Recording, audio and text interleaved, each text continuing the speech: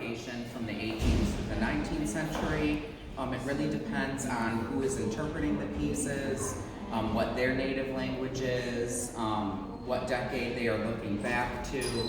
So generally, the 18th century, you refer to them as stays, whereas as we get into the 19th century and certainly after the Industrial Revolution, we generally refer to them as being corsets. So in the Elizabethan era, you would commonly refer to these garments, these understructures, as a pair of bodies. You may hear it referred to as the whale-boned body. So one of the common rigid materials used to accomplish stays or whale-bone body would be whale baleen. So when we hear the term boning or whalebone, it is an actual bone that's being used. It is the baleen from the whale. So when a whale is, alive in the ocean and eating, it will take a big gulp of seawater, and the baleen acts like a comb in its jaw. It pushes the water through the baleen. The baleen filters the plankton, which they eat, and that baleen, those strips of baleen, are what was commonly used in stays, either a whalebone body or stays. If you weren't wealthy enough to afford baleen, because baleen was really the best of the best, you could do reed cane.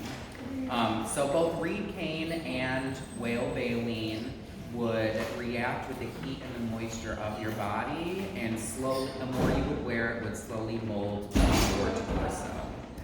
So in these three examples from the mid-18th century, all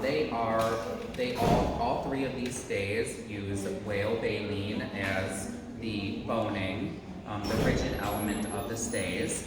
And this shape really helps you achieve a conical form to your torso. So it does support the bust.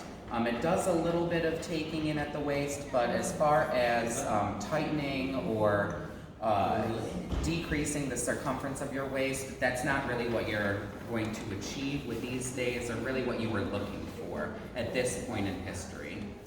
So I mentioned earlier that men, women, and children at some point would wear stays in their life. Especially if you were a member of the upper, wealthier landed gentry of either Europe, England, or America, you would,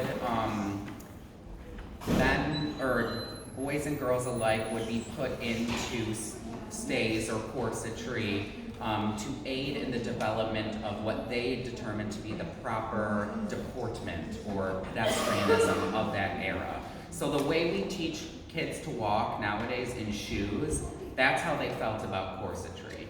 So it wasn't, I'm taking my child and lacing them in this tight garment to give them a tiny waist. It was really a practical measure to instill a sense of how one is holding one's body, how one moves in the physical space around you, and that would in turn lend itself to easy identification of what class does this person belong to. So you can visually tell just by looking at someone whether they grew up under this regime, or maybe they were from a less wealthy family, a working class family, where deportment, pedestrianism